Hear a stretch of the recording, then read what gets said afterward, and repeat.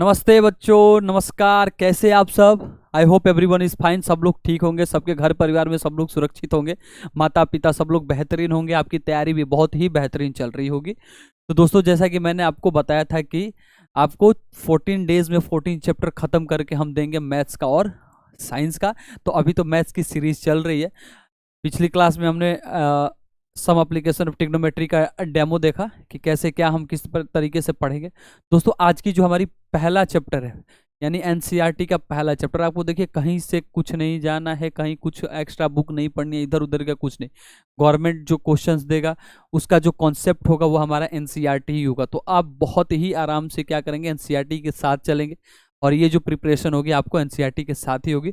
बस आप क्या करेंगे कि जब आप पढ़ने बैठेंगे, ठीक है, तो आप पेन और कॉपी लेके बैठे, ठीक है। जो जो चीज़ें आपको बताई जाए उस चीज़ को आप फॉलो करें। डाउट आ रहा है आपको तो डाउट को क्या करें, आप कमेंट बॉक्स में पूछें, हम आपकी पूरी मदद करेंगे। बस आपको क्या करना है कि एक कांस्टेंट स्पीड में होके बैठ के अच्छे से किसी कॉर्नर में या घर में एक अच्छी जगह से बैठ के आपका बस हर एक लेक्चर में आपको 1 घंटा देना है। और ये मेरी गारंटी है कि आपका जो नंबर है वो बहुत ही बेहतरीन होता चला जाएगा, ठीक है। तो आप आज से बहुत अच्छे से तैयारी करें ताकि नंबर और भी ज़्यादा स्कोर हो पाए, ठीक है। जब आप पेन कॉपी पेपर लेके बैठेंगे, ठीक है, पहला चैप्टर आपको पता ही है रियल नंबर है। एनसीईआरटी का पहला चैप्टर क्या है, रियल नंबर है। यानी क्लास 10th का मैथ्स का जो पहला चैप्टर है वो क्या है, रियल नंबर। रियल नंबर का वेटेज जो होता है 2-3 नंबर का आता ही आता है, नो डाउट।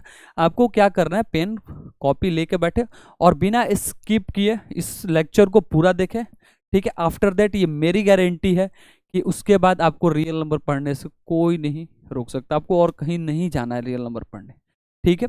इतना बात समझ में आया। क्वेश्चन कराया जाएगा, प्रीवियस ईयर के प्रैक्टिस सेट बताए जाएंगे। और हमारा जब क्या है ना दोस्तों, कॉन्सेप्ट जब रेडी रहता है ना तो हम कोई भी क्वेश्चन अच्छे से टैकल कर सकते हैं और हम बड़ी से बड़ी मात्रा में स्कोर कर सकते हैं, ठीक है। तो आप बहुत ही बेहतरीन तरीके के साथ तैयारी करें, हम आपके साथ हैं। कोई भी डाउट हो रहा है, ठीक है, तो आप हमारे इंस्टाग्राम आईडी पे भी बता सकते हैं डाउट, या फिर कमेंट बॉक्स में सबसे बेटर रहेगा। कमेंट बॉक्स में आप क्या करें, डाउट को लिखें, अगली क्लास शुरू होने से पहले वो डाउट आपको सॉल्व करके दी जाएगी, ठीक है बच्चों। तो आओ देखते हैं सबसे पहला जो टॉपिक है, यानी फर्स्ट चैप्टर का जो सबसे पहला टॉपिक वो है रियल नंबर। और रियल नंबर इतना मैं गारंटी दे रहा हूं कि यहाँ से पढ़ने के बाद एक भी नंबर नहीं कटेगा, ये मेरी गारंटी है। अब आपकी बस यही करना है कि 1 घंटे बैठ के इस पूरे लेक्चर को लाइन वाइज लिखना है, ना कि स्क्रीनशॉट लेके साइड में रख देना। नहीं, स्क्रीनशॉट से स्क्रीनशॉट वाला ही नंबर आएगा, ठीक है। आपको क्या करना है, अच्छे से पेन पेपर लेके बैठना है और नोट्स बनाना है। आप बस अपना 14 दिन 14 डेज में हम ये सारा चैप्टर कंप्लीट करके दिखाएंगे। बस आप मेरे साथ रहें। If any doubt ask me. Okay, आइए शुरू करते हैं। रियल नंबर क्या होता है, रियल नंबर की शुरुआत कहाँ से होती है, कैसे होती है, इसके बारे में हम सीखेंगे। सब बेसिक टू स्टैंडर्ड चलेंगे, यानी इजी टू मॉडरेट क्या करेंगे, हम क्वेश्चन को सॉल्व करेंगे, ठीक है। सबसे पहले रियल नंबर को समझ लेते हैं कि रियल नंबर होता क्या है। क्लास 6 में आपने क्या पढ़ा है, क्लास 5th में, क्लास 3rd में लेकर चलो। क्लास 3rd में हमको ये बता दिया गया था रियल नंबर, बस हमें नाम नहीं पता था, ठीक है। अब देखो, जैसे मान लो कि एक नंबर लाइन है, ठीक है, ये क्या है, एक नंबर लाइन है। नंबर लाइन पे ये वाला सीन होता है 0, ये वाला होता है पॉजिटिव का इन्फिनेटिव और ये होता है नेगेटिव का इन्फिनेटिव, ठीक है बच्चों। आया समझ में, पॉजिटिव इन्फिनेटिव और नेगेटिव का इन्फिनेटिव। तब एक बात ध्यान देना कि जो number the number whose are exist on number line, कि वह नंबर जो इस नंबर लाइन पे एग्जिस्ट कर जाए, मतलब लिखा जाए, ठीक है, जो इस नंबर लाइन पे क्या किया जाए, लिख दिया जाए, वही हमारा क्या होता है, रियल नंबर होता है। जैसे एग्जांपल में क्या हो सकता है कि जैसे मान लो कि -1 -2 -3 डॉट डॉट डॉट, फ्रैक्शन में हो या अनफ्रैक्शन में हो, कुछ भी में। जैसे मान लो ये 1 हो गया, ठीक है, ये 2 हो गया, डॉट डॉट डॉट इनफाइनाइट तक। ये फ्रैक्शन में भी हो सकता है कि वह नंबर जो नंबर लाइन पे एग्जिस्ट करे वो हमारा क्या होता है, रियल नंबर होता है। यहाँ तक क्लियर हुआ? एकदम देखो, एकदम छोटी छोटी बातें आपको हम बताएंगे ताकि हमारा जो कॉन्सेप्ट है वो क्लियर हो जाए। फिर उसके बाद रियल नंबर के 2 पार्ट, एक होता है रेशनल नंबर और दूसरा होता है इरेशनल नंबर। रेशनल नंबर क्या होता है कि वह नंबर जिसको हम p/q के फॉर्म में लिखे, ये क्लास 9th में आपने पढ़ा होगा कि वह नंबर जो हम किसके फॉर्म में लिखे, पी बाई क्यू के फॉर्म में लिखे, और वहां पे Q not equal to zero होना चाहिए। क्यू यदि जीरो हो गया तो हमारा क्या होता है, वो नॉट डिफाइंड होता है। जैसे मान लो कि पी अपॉन क्यू, लेकिन क्या होना चाहिए, Q not equal to zero होना चाहिए। क्यू नॉट इक्वल टू क्या होना चाहिए, जीरो होना चाहिए। जीरो होने से क्या होता है कि मान लो कि पी अपॉन जीरो, और हम लोग जानते हैं कि जब भी डिनोमिनेटर में जीरो होता है वो क्या होता है, नॉट डिफाइंड हो जाता है। ठीक है, वो एग्जिस्ट ही नहीं करता। भगवान आपको पाप दे देंगे अगर जीरो लिखेंगे तो। ठीक है, तो ये आपको जीरो नहीं लिखना है यहाँ पे। ठीक है, जीरो होने से क्या हो जाएगा, ये जब क्यू इक्वल टू जीरो होगा तो क्या होगा, नॉट डिफाइंड हो जाएगा। ठीक है, इरेशनल क्या होता है कि the number which are in the form, which are not in the form of P by Q. जैसे मान लो कि रूट टू हो गया। ठीक है, रूट टू को आप कभी भी पी बाई क्यू के फॉर्म में नहीं लिख सकते। ठीक है, रूट थ्री हो गया, रूट थ्री को आप कभी भी पी बाई क्यू के फॉर्म में नहीं लिख सकते। तो ये हमारा क्या हो गया, इरेशनल नंबर हो गया। रेशनल नंबर के भी दो पार्ट्स होते हैं। ठीक है, अब देखो रेशनल नंबर को क्या हम इसमें एग्जिस्ट कर सकते हैं, इसमें हम नंबर लाइन पे शो कर सकते हैं, जरूर कर सकते हैं, जरूर कर सकते हैं, क्योंकि ये रियल नंबर का ही पार्ट है। अभी हम बेसिक समझ रहे हैं। ठीक है, फिर उसके बाद देखो कि रेशनल नंबर के दो पार्ट, एक होता है नॉन इंटीजर रेशनल नंबर और एक होता है इंटीजर। इतना ध्यान रखना है कि रेशनल नंबर को क्यू से डिनोट करते हैं। किससे डिनोट करते हैं, क्यू से डिनोट करते हैं। रेशनल नंबर को किससे डिनोट करते हैं, क्यू से डिनोट करते हैं। ठीक है, इसके दो पार्ट होते हैं, एक नॉन इंटीजर रेशनल नंबर होता है, एक होता है इंटीजर रेशनल नंबर होता है, जिसमें हमें क्या पढ़ना है, इंटीजर।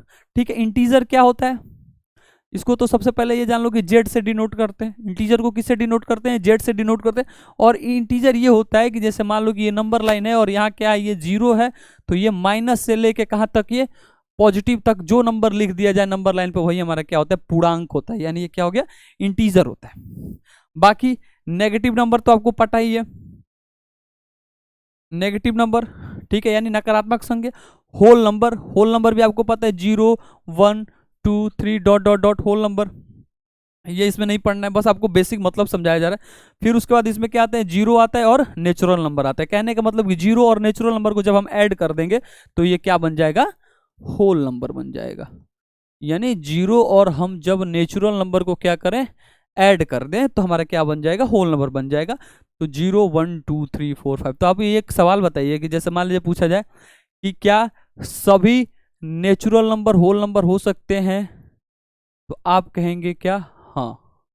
जैसे मान लीजिए कि 0 क्या है, एक होल नंबर है। नेचुरल नंबर 1 2 3 से शुरू होता है, ये क्या हो सकता है, होल नंबर हो सकता है। ठीक है, लेकिन सारे होल नंबर नेचुरल नंबर नहीं हो सकते, क्योंकि 0 हमारा होल नंबर में आते हैं और ये 0 नेचुरल नंबर। इतना बातें समझ में आया, वेरी गुड, वेरी गुड, बेहतरीन। आगे की तरफ चलते हैं। ठीक है, अब चलिए आगे देखिए। अब आता है क्या, ये एक होता है factor method, prime factorization method होता है इसमें। ये देखिए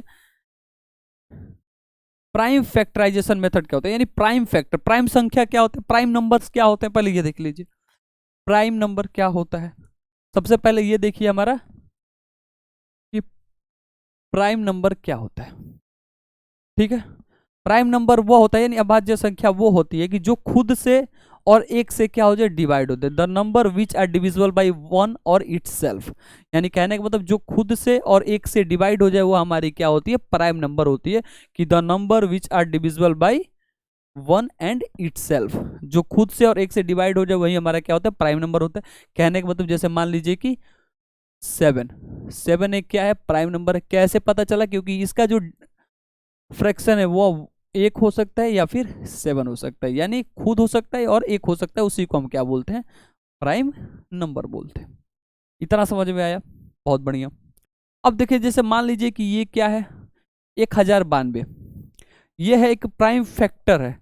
क्या है ये, मान लीजिए प्राइम फैक्टर पढ़ना है, प्राइम फैक्टर, प्राइम फैक्टर पढ़ना है। इसके लिए हमें क्या करना है, देखिए जैसे मान लीजिए 1092, तो ये 2 हो गया और ये 540 हो गया, यानी इसका हम फैक्टर कर रहे हैं। फिर इसको जब हम करेंगे तो क्या हो जाएगा, 3 और 182। यहाँ पे देखिए 2 और 91, यहाँ पे इसको करेंगे तो क्या, 13 7 91, 91 दूना 182, 182 3 546, 546 दूना 1092। समझ में आया। अब ये जो नंबर आपको दिख रहा है, यानी 2 3 2 7 13, इसी को हम क्या बोलते हैं, प्राइम फैक्टर बोलते हैं। वह फैक्टर जो जिसमें सिर्फ क्या हो, प्राइम नंबर्स हो, उसी को हम क्या बोलते हैं, प्राइम फैक्टर बोलते हैं। ठीक है, बहुत ही बढ़िया। ये वो फैक्टर जिसमें सिर्फ प्राइम नंबर हो उसी को क्या बोलते हैं, प्राइम फैक्टर बोलते हैं। जैसे मान लीजिए एक और एग्जांपल मैं आपसे ले लूं, जैसे मान लीजिए 36 लिखा है, 36 को हमें क्या करना है, प्राइम फैक्टराइजेशन करना है, यानी प्राइम के द्वारा फैक्टर करना है। कैसे होगा, जैसे मान लीजिए 36 लिखा, आप लिख दीजिए 2 2 3 3, ठीक है, 2 दूना 4, 4 तिहाई 12, 12 तिहाई 36। तो आप देख रहे हैं ये जो है इसका 36 का ये क्या है, प्राइम फैक्टराइजेशन है। क्या है ये दोस्तों, प्राइम फैक्टराइजेशन। बहुत ही बेहतरीन के साथ आप तैयारी करें, बहुत ही बेहतरीन के साथ, एक एक नंबर आपको लेके जाना है। जब आप एक नंबर के लिए लड़ेंगे तो आपका स्कोर बेटर होगा और आप टॉप करने में आएंगे। ठीक है, बहुत बढ़िया।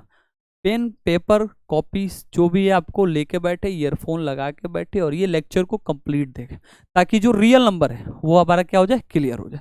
ठीक है, आगे चलिए। ये हमारा क्या था, प्राइम फैक्टर था, जिसमें 2 3 2 और 7 आ गया। इसी को हम क्या बोलते हैं, प्राइम फैक्टर बोलते हैं। ठीक है, ये आप देख रहे हैं प्राइम फैक्टर, ये हमारा एक नंबर का पूछता है प्राइम फैक्टर। ठीक है, प्राइम फैक्टर में क्या करना है, वैसी फैक्टर जिसमें सिर्फ प्राइम नंबर हो, जिसमें सिर्फ क्या हो, प्राइम नंबर हो, वही हमारा क्या होता है, प्राइम फैक्टर होता है। बहुत बढ़िया, आगे चलिए क्या करें, ये देखिए आया प्राइम फैक्टराइजेशन क्या होता है।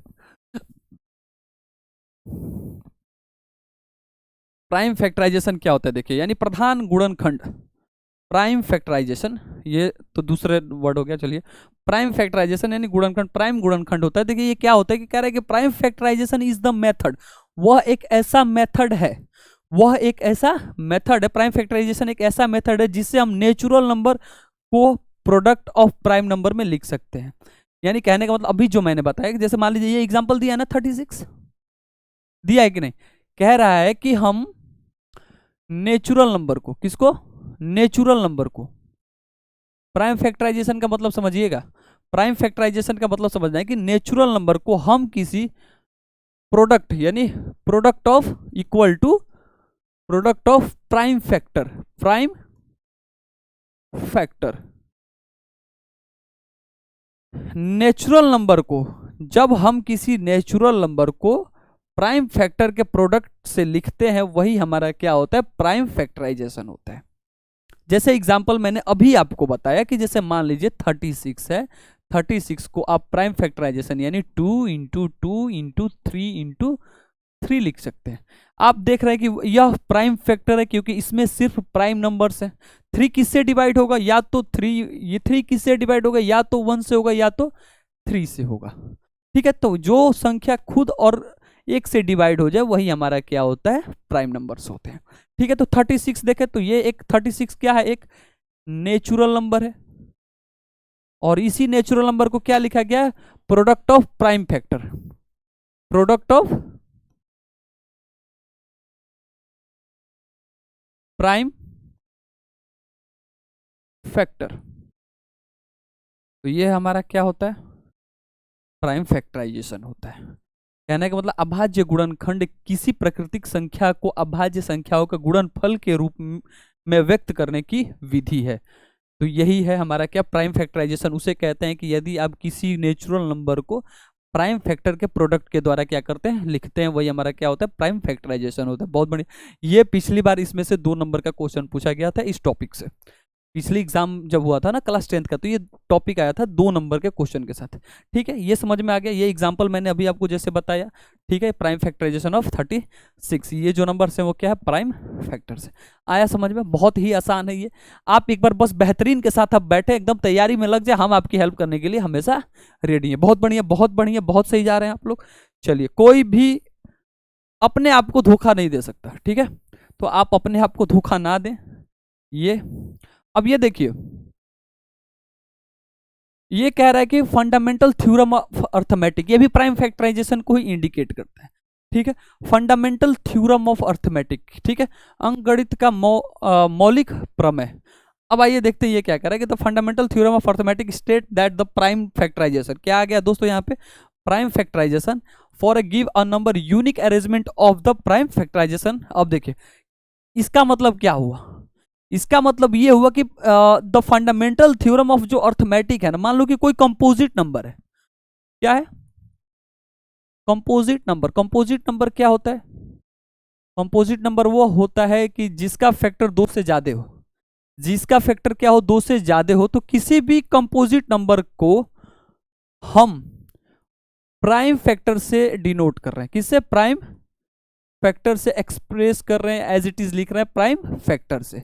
ठीक है, किसी भी कंपोजिट नंबर को जब हम प्राइम फैक्टर से यानी प्रोडक्ट ऑफ प्राइम फैक्टर से लिख दें, वही हमारा क्या फंडामेंटल थ्योरम ऑफ अर्थमेटिक होता है।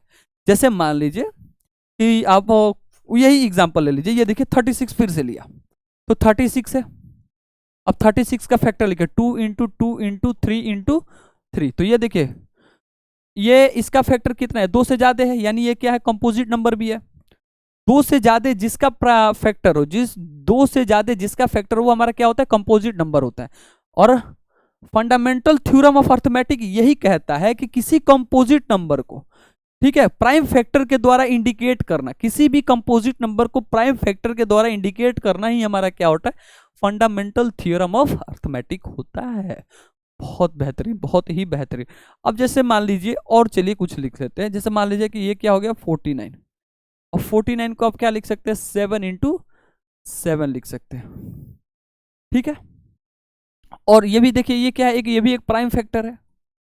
ये क्या है? ये भी एक प्राइम फैक्टर है। आया समझ में? बहुत बढ़िया। 81 हो गया। जैसे मान लीजिए अगर हम एग्जांपल एक और ले लें, 81। 81 को भी आप क्या लिख सकते हैं? डिनोट कर सकते हैं। जैसे मान लीजिए कि इसको क्या लिख सकते हैं? 3 इंटू 27। ठीक है, अब देखिए 27 यहाँ पे लिख गया ना, तब 27 को भी हमें क्या करना है? ब्रेक करना है। 27 को कैसे ब्रेक कर सकते हैं? 3 इंटू 3 इंटू 3, 3 3 का 9, 3 27, यानी 81 को हम क्या लिख सकते हैं? 3 इंटू 3 इंटू 3 इंटू 3। ये क्या है? 3 क्या है? हमारा प्राइम है। ठीक है, जो सिर्फ 1 से और किससे डिनोट हो रहा है? 3 से। तो यही हमारा क्या होता है? प्राइम फैक्टराइजेशन, जो कि हमें क्या पढ़ना है? फंडामेंटल थ्योरम ऑफ अर्थमेटिक होता है। ये कॉन्सेप्ट रुक जाता है बच्चों का। ठीक है, बहुत बढ़िया है, बहुत ही बेहतरीन, आपको समझ में आया होगा। शाबाश। आगे चलिए, आगे की तरफ देखते हैं। इसको आप अच्छे से लिखेंगे। ठीक है, जितने भी ये लिखवाया गया ना, ये देखिए आपके लिए बहुत मेहनत किया जा रहा है। ठीक है, आपके लिए ये सारी चीजें लिख के लिखाया जा रहा है, फिर आपको बताया जा रहा है इन हिंदी और इंग्लिश दोनों बच्चों के लिए। ठीक है, आप बहुत ही बेहतरीन करें, एकदम अच्छे से पढ़ाई करें ताकि नंबर आपके स्कोर हों। ठीक है, जो ये सीरीज चलाई गई है 14 डेज में, ये खत्म हो जाएगी तो हो जाएगी। ठीक है, आगे चलिए, आगे क्या कह रहा है ये देखिए।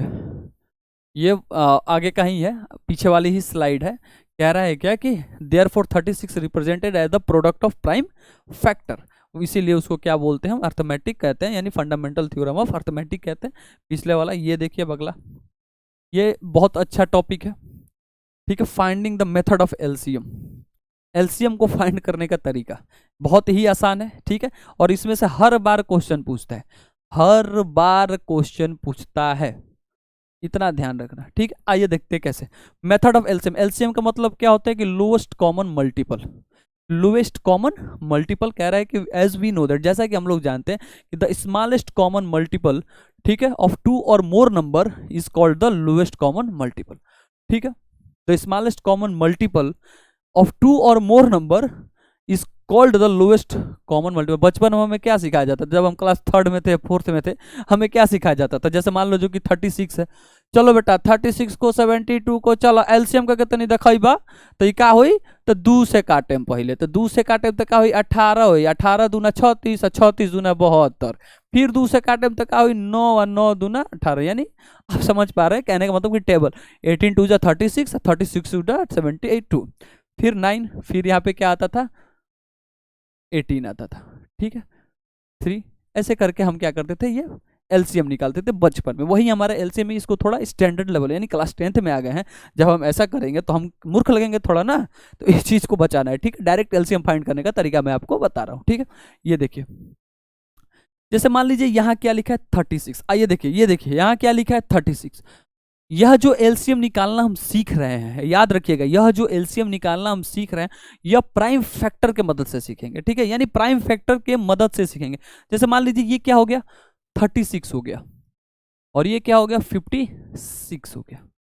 ठीक है, अब इसका हमें क्या निकालना है, एलसीएम निकालना है। बहुत ही बढ़िया, ये देखिए 36 का प्राइम फैक्टर क्या होगा, 2 इंटू क्या होगा बताइए, 2 इंटू 3 इंटू 3, 2 2 जा 4, 4 3 जा 12, 12 3 जा 36। इसका क्या हो सकता है, आइए देखिए लिखा होगा, यानी 2 2 ना 4, 3 12, ठीक है, 12 3 24, ये देखिए 2 इंटू 3 इंटू 3 इंटू 2, ये कुछ ज्यादा ही हो गया। 56 को हम कैसे फैक्टर कर सकते हैं, ये देखिए कुछ गड़बड़ हुआ यहाँ, देखिए 56 को क्या लिख सकते हैं, प्राइम फैक्टर की मदद से लिखिए। आइए प्राइम फैक्टर की मदद से लिखना है, ठीक है, प्राइम फैक्टर की मदद से लिखना है। ये देखिए सबसे पहले अगर इतना ना कुछ करना है तो आप सबसे पहले क्या करेंगे, हम लिख देंगे कि 8 7 56। अब 8 को प्राइम फैक्टर में लिख दो। 56 8 को क्या लिख सकते हैं, 2 इंटू 2 इंटू 2 इंटू 7 लिख सकते हैं, बहुत ही आराम से लिख सकते हैं। ठीक है, तो अब देखिए, अब इसका थोड़ा पावर बनाइए। ठीक है, क्या लिख सकते हैं, थोड़ा इसका पावर बनाएंगे आप, इसका पावर बनाएंगे तो इसका क्या पावर बनेगा, 36 का पावर क्या बनेगा, जैसे मान लीजिए कि यहाँ पे बना दे रहा हूँ 2 का स्क्वायर इंटू 3 का स्क्वायर, यहाँ पे बनाइए 2 का क्यूब इंटू 7 लिख सकते हैं क्या, 2 का क्यूब इंटू 7 लिख सकते हैं क्या। आप कहेंगे सर ये क्यों नहीं लिख सकते, बिल्कुल लिख सकते हैं, हमने बचपन में पढ़ा है ये बात है। बहुत बढ़िया। अब आप क्या करेंगे ये देखिए, अब आप क्या करेंगे ये देखिए, सबसे पहली बात यहाँ देखिए, यहाँ 2 का स्क्वायर है और यहाँ क्या है 2 का क्यूब है, तो सबसे ज्यादा पावर किसका, हाईएस्ट पावर किसका, इसका 2 की पावर 3 का। तो आप क्या करेंगे, एज इट इज 2 की पावर 3 लिख दें। एलसीएम निकालने का तरीका है, कॉमन सबसे पहले इसमें कॉमन क्या है, 2 इसमें भी है 2 इसमें भी है, ठीक है, 3 है और 7 है, यानी कॉमन क्या है, ये ऐसी कौन सी डिजिट है जो दोनों में पाई जा रही है, कौन सी ऐसी डिजिट है जो दोनों में पाई जा रही है। फिर से एक बार बता रहा हूं, एलसीएम फाइंड करना है हमें प्राइम फैक्टर की मदद से। किसकी मदद से,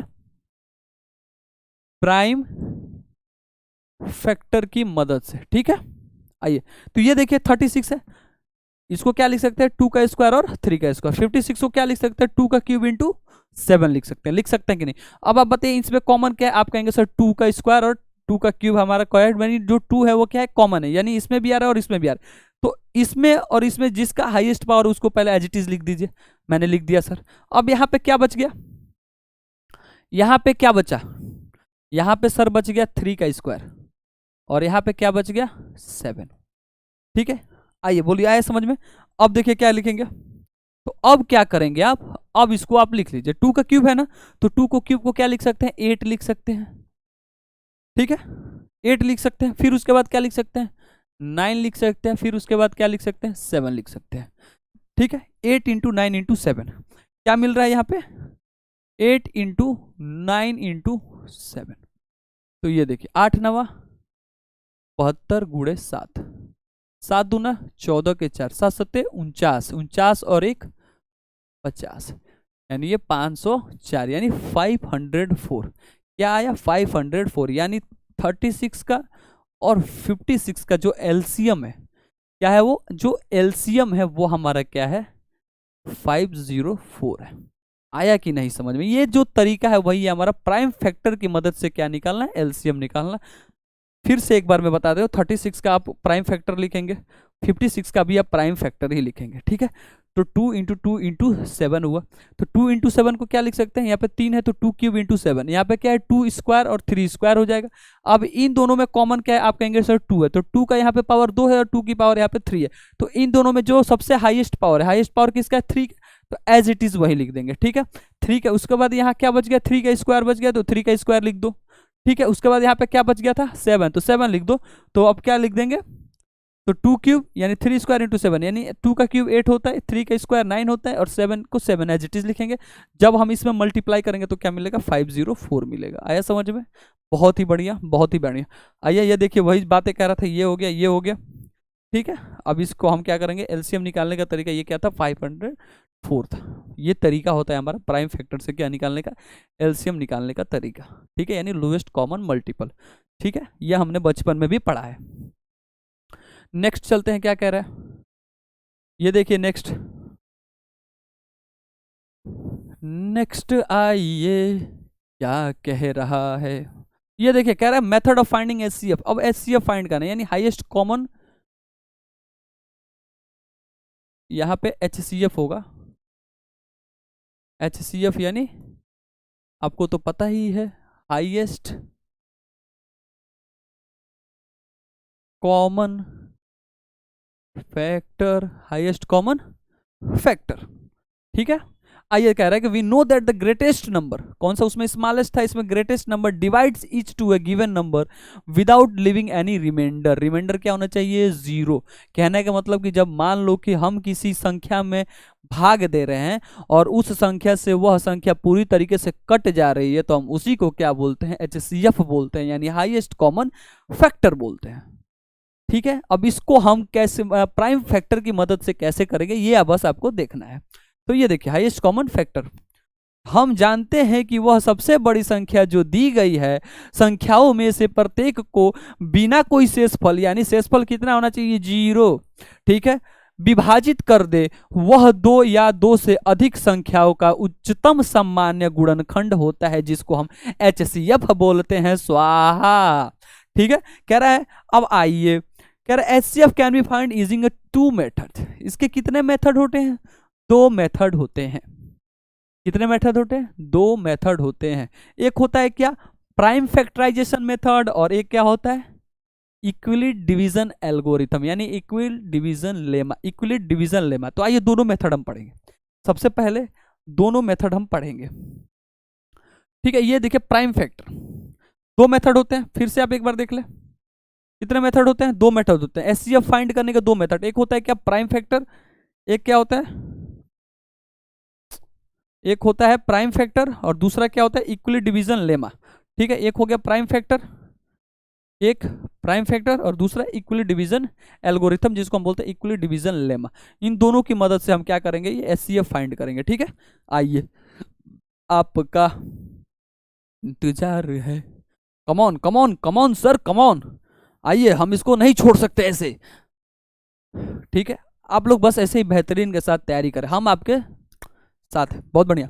आइए, प्राइम फैक्टराइजेशन, क्या बेटा, prime factorization. Prime factorization method में क्या होता है, डायरेक्ट बिना कुछ कहे आते हैं काम की बात पे। ठीक है। कह रहा है कि गिवन टू नंबर, दो नंबर, we express both of them product of their respective prime factor. Product of prime factor, product of prime factor का मतलब अभी आपको मैंने बताया, 36 को कैसे लिखते थे, 2 × 2 × 3 × 3। मेरा बाबू 2 × 2 × 3 × 3 लिख रहा है। ठीक है। बहुत बढ़िया। ये होता है हमारा क्या, प्राइम फैक्टर होता है जब आप किसी भी नेचुरल नंबर को या कंपोजिट नंबर को डिनोट करते हैं। ठीक है। कह रहा है कि then we select the prime factor that are common in both of the number. अब उसके बाद हमें क्या सेलेक्ट करना है, कि वह कॉमन सेलेक्ट करना है जो उन दोनों नंबरों में हो। ठीक है। जैसे एग्जांपल में आइए, 24 और 20 और 24 का क्या निकालना है, एचसीएफ निकालना है। किसके थ्रू, बाई अ प्राइम फैक्टर। किसके थ्रू, बाई अ प्राइम फैक्टर। तो ये देखिए 20 और ये हो गया 24, पहले ऐसे प्राइम फैक्टर। 20 का प्राइम फैक्टर क्या हो जाएगा, हो जाएगा सर ये 2 हो जाएगा, 2 × 2 × 5। बहुत बढ़िया, शाबाश। फिर उसके बाद क्या होगा, 24 है, 24 को आप क्या लिख सकते हैं, 24 को आप क्या लिख सकते हैं,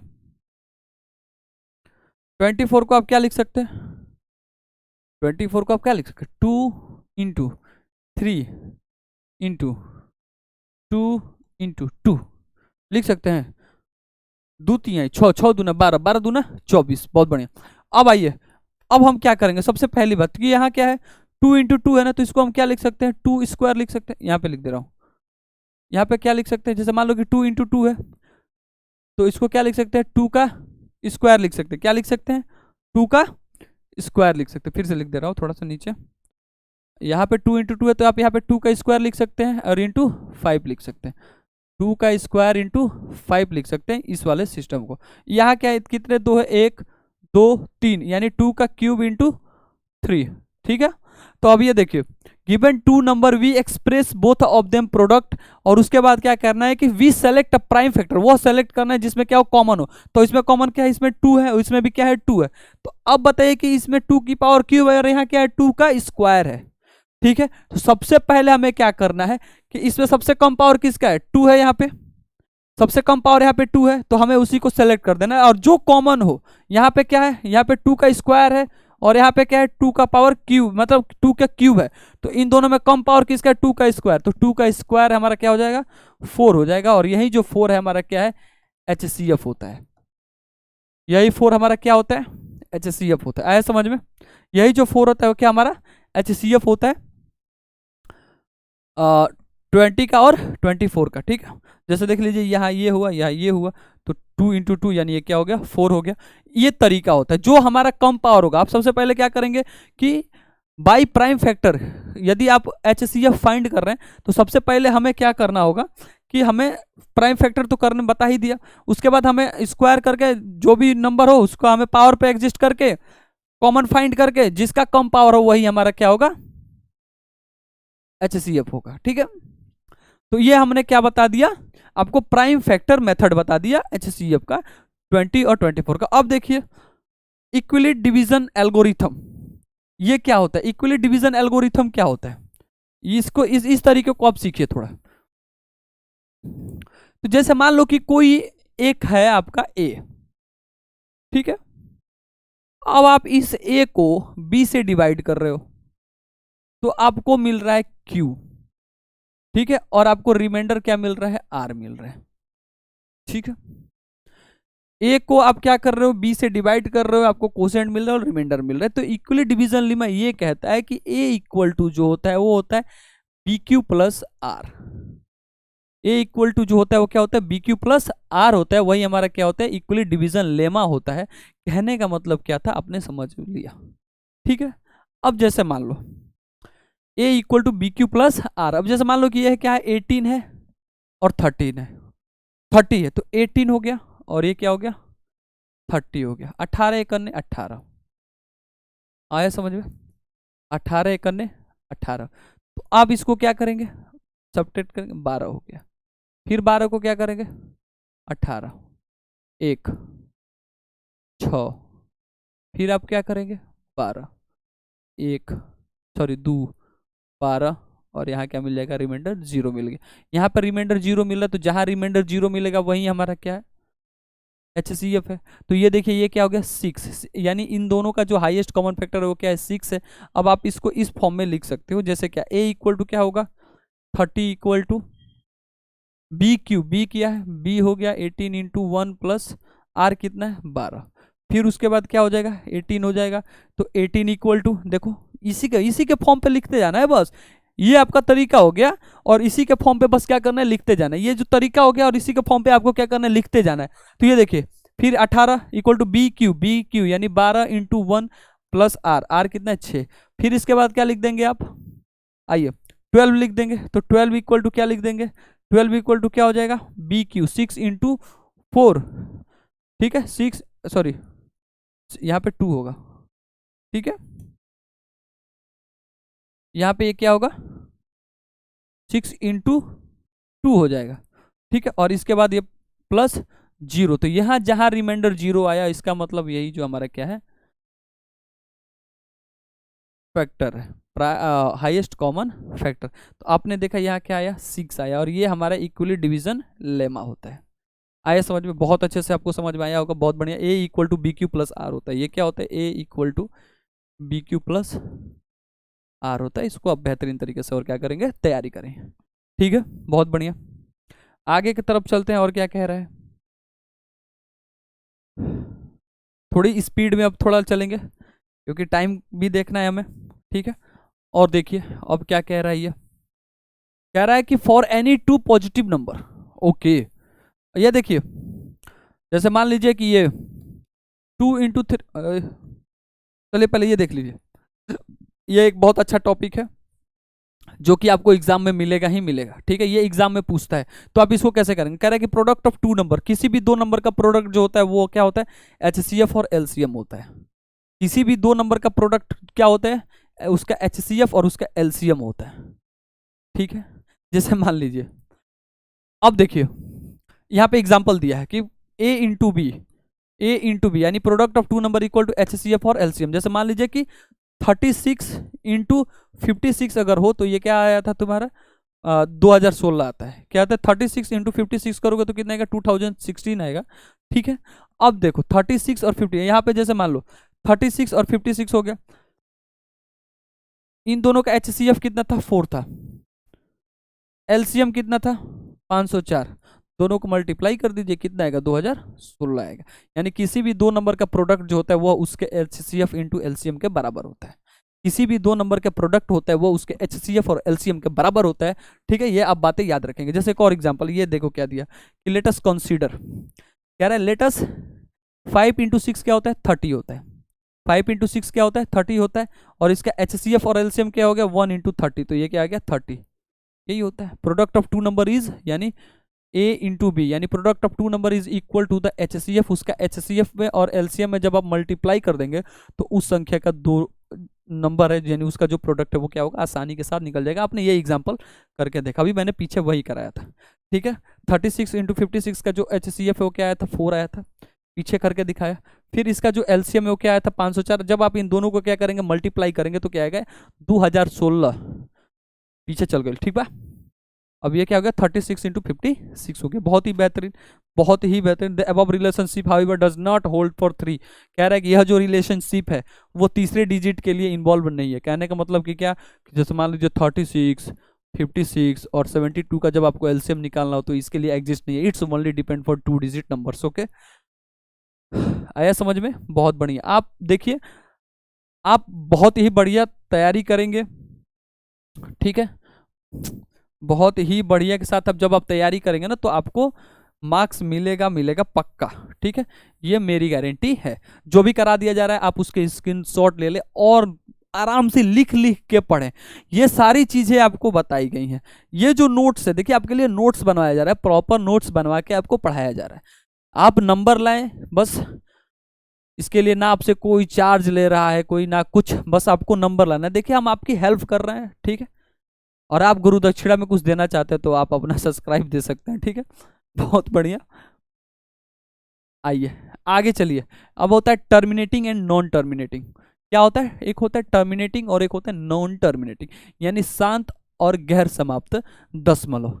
टर्मिनेटिंग मतलब, नॉन टर्मिनेटिंग मतलब आइए समझते हैं। कह रहा है कि terminating decimal are decimal that end of certain point, किसी सर्टेन पॉइंट के द्वारा जो खत्म हो जाए वही क्या होता है टर्मिनेटिंग होता है। तो टर्मिनेटिंग जैसे मान लीजिए 0.2, अब मैं पूछूं कि ये बताइए कि 0.2 क्या कोई रेशनल नंबर है क्या, तो आप कहेंगे कि हाँ सर ये तो बिल्कुल है।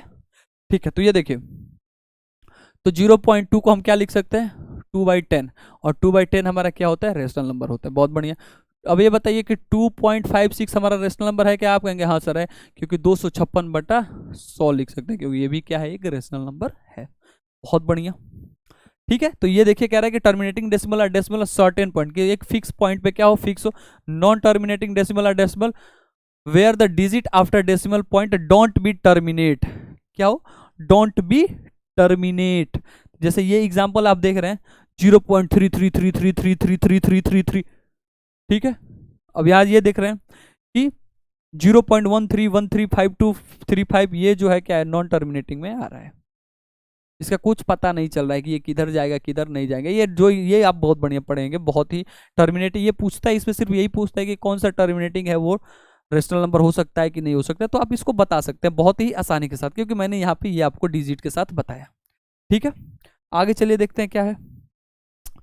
कोई भी डाउट हो, यदि डाउट आ रहा है तो आप पूछिएगा। ठीक है, डाउट आए आप हमसे पूछिए कमेंट में, अगली क्लास शुरू होने से पहले आपकी डाउट क्लियर कर दी जाएगी। ठीक है, ये मेरी गारंटी है। तेरी गारंटी क्या है रे दादा। आइए, चमका कि नहीं चमका। आइए, मेंटोस जिंदगी, ये थी मेंटोस जिंदगी का क्लास चल रहा है।